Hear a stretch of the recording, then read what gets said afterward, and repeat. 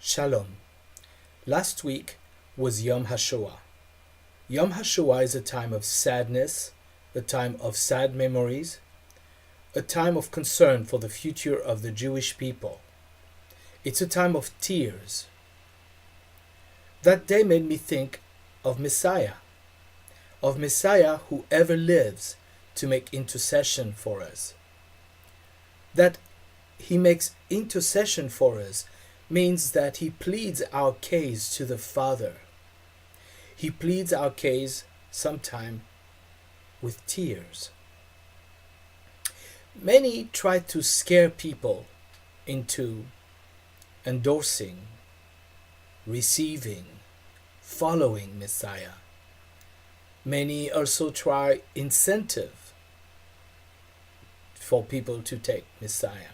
But the most effective tool we have, I believe, is the tears of Messiah. Messiah cries, longing to be back in fellowship with us, his people. These tears are encapsulated in Joseph crying as he longed for full fellowship with his brothers. We can read this in Genesis when his brothers come to buy wheat. At one point of the text it says, and Joseph went behind unseen from his brother and he wept. And it says that all of Egypt heard him crying. We hear these tears in Rachel weeping for her children, as we are told in Jeremiah. The Western Wall is often called the Wailing Wall, and those tears of Messiah are in the prayers of every Jew praying for the coming of Messiah, in all those pieces of papers stuck in the cracks of the wall. Water can wear away stone, and with time, patience, and love, tears can crack open the hardest of hearts.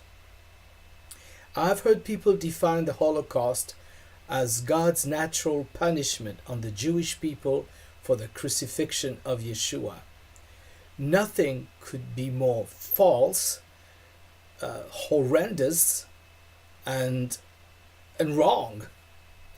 There is nothing to the definition of the Holocaust than an attempt to rationalize one of the most disgusting chapters of human history, if human it can even claim to be. Why the Holocaust then? I have my own attempts at answering the question, but really, the only thing the Holocaust could be defined as is a testament to man's lack of humanity, to its ability to yield to its animalistic nature, to allow himself to become a self-preserving, voracious predator with no regard for its victims. As an attempt to pin the Holocaust on the Jews themselves, people have often used the foolish vow made by Israel 2,000 years ago. Let Yeshua's blood be upon us and our children. But even if that vow were to come true, it could have only been fulfilled within 3 generations. But here is something else to think about. Deuteronomy 30 speaks of a woman's vows. It teaches us that the vow of a woman can be annulled before nightfall by her husband. The same rule applies to a vow uttered by a single woman who lives under the roof of her father. Her father can annul her vow before nightfall. This is all found in Deuteronomy 30.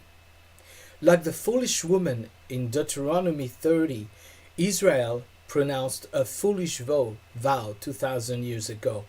But Yeshua, who is the husbandman, annulled that vow before nightfall by saying, Father, forgive them, for they know not what they do.